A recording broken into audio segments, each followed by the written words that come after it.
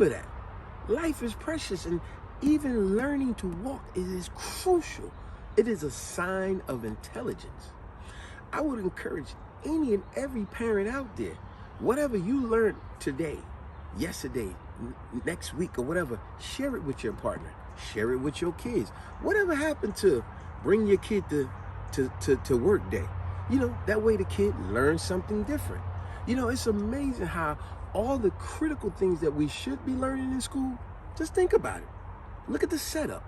All the critical things, agriculture, learn how to plant and make your own food, learn to build your own clothes, learning about money, how to build a house. All the crucial things that we really need to know is not in the schools.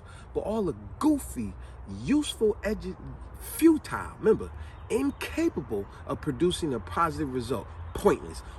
Most of the pointless stuff in school is what we learning. Look at nowadays, in this day and age now, a lot of kids are learning what they call the new math. It's the most ridiculous thing.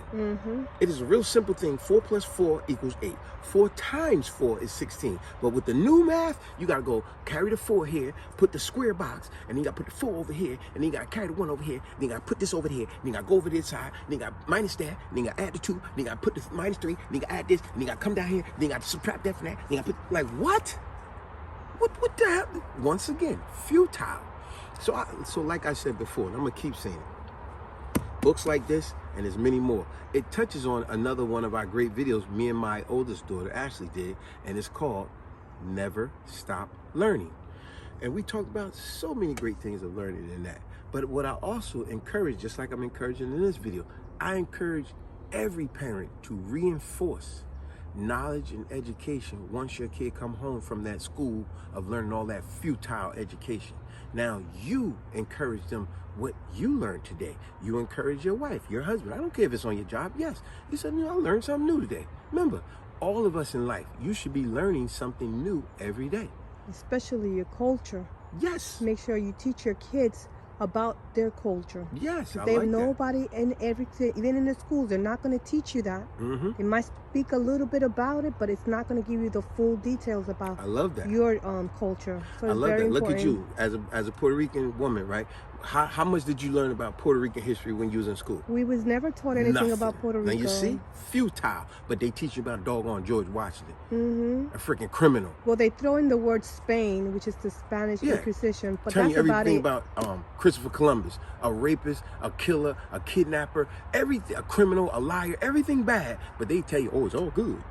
They ain't teach you nothing about your history. So I'm gonna say it again. I'm gonna keep being redundant. It's up to you, parents out there, to reinforce knowledge and education to your kids when they come home from school. Teach them, as my wife said, about your culture. Teach them everything you learned in school. Give them stories of your childhood growing up. Teach them what you learned new that impressed you today at your job. Teach your husband. Share that knowledge with one another. Instead of pillow talking about gossip, let's pillow talk about, hey, honey, guess what I learned today? It might inspire your husband. Your husband might inspire your wife. What did I learn today? Learn something. And sometimes we learn the most silliest of things that may be common sense to someone else, but I didn't know this. Definitely teach them about their culture. That is a missing jewel a lot of us had. Because as I said to my wife, growing up, you wasn't inspired so much about education, right? Because most of the time when you open up all the books, most of all the characters in the book look white, white, white, white, white, white, white. Well, like my homegirl, Dr. Frances Cress Wilson said, one of my teachers. White, white, white, white, white. Everything, it's like, man, what? So if I'm not seeing nobody in these books that look like me, talk like me, I'm not interested. Just like being of whatever race. In my case, black race. It's like everything in the book is white, white, white, white, white. And then the teacher got the nerve to say, he's not paying attention in class. No. Show me some stuff that look like me, sound like me, inventions and stuff that we did. Crack the lie that's been told in a lot of, like this says, lies my teacher told me.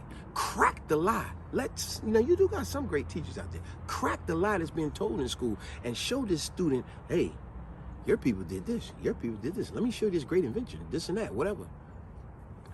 Great things, that accomplishments. See, this what makes a kid, ooh, I'm interested now. Let me see that book. I want to know about this. Hey.